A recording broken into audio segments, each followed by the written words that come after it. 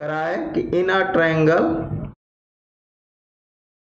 ABC में angle B जो है, ये वाला एंगल वो 90 दे रखा है, ये A है, इसको हमने C ले लिया है ना। और उसके बाद यहाँ पर D हमने एक पॉइंट ले लिया। AC पर BD परपेंडिकुलर है, AD की वैल्यू A दे रखा है, CD की वैल्यू B दे रखा है ना। और आपके कुछ पास गिवन नहीं, इसको हमने, क्योंकि ये इस पर परपेंडिकुलर है तो इधर भी परपेंडिकुलर होगा भैया, इधर भी परपेंडिकुलर होगा, इसको हम y कंसीडर कर ले रहे हैं। हमने यहाँ लेट कर लिया कि लेट BD जो है वो क्या है, वो y है, ठीक है। एंगल B जब आपका 90 है तो बाई पाइथागोरस थ्योरम,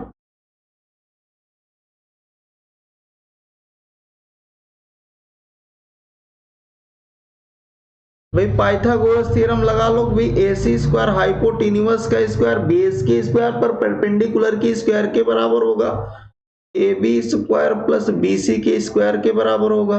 AC की वैल्यू क्या होगी भाई, A और B को ऐड करके आएगा तो A प्लस B के होल स्क्वायर के बराबर होगा, है ना।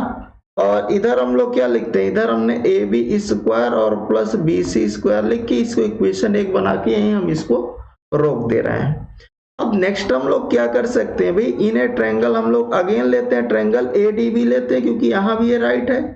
इन ए ट्रायंगल ADB में ABD में भी पाइथागोरस ही होल्ड करेंगे तो इसके सामने का ये हाइपोटेन्यूस का काम करेगा, मतलब AB square is equal to आपके पास क्या आएगा, A square plus Y square आएगा, है कि नहीं।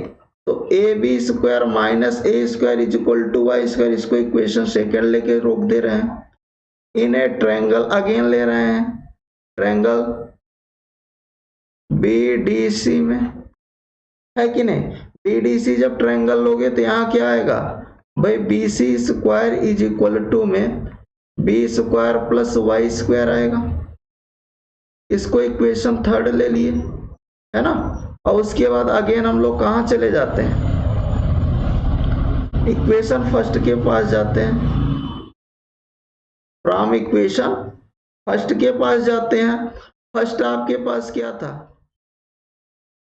A प्लस बी का whole square is equal to AB square plus BC square है, यही है।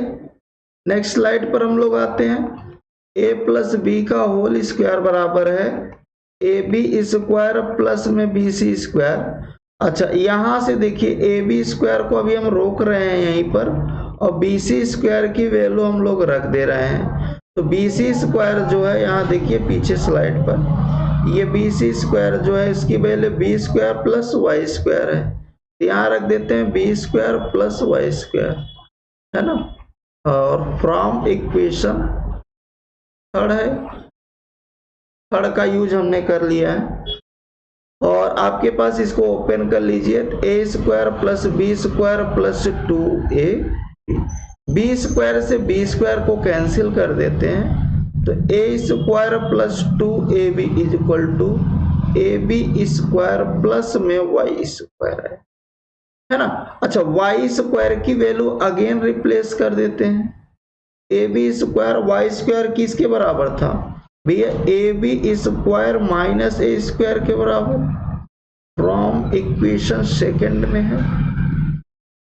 तो देखिए यहां से ये आपके पास है A स्क्वायर प्लस 2AB है, A स्क्वायर को A स्क्वायर की तरफ कर देते हैं, A square plus 2AB plus A square is equal to 2AB square हो जाएगा।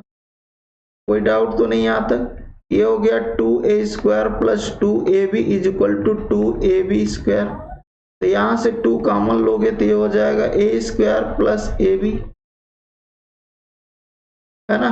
और क्या कॉमन ले सकते, 2 से 2 को काटो, यहां से A को कॉमन ले लेना तो A plus B is equal to AB square. तो जो AB स्क्वायर आपसे पूछा जा रहा था भी AB स्क्वायर क्या होगा, तो होगा A times A plus B आ रहा, ठीक है। तो ए वाला ऑप्शन आपका करेक्ट हो जाएगा।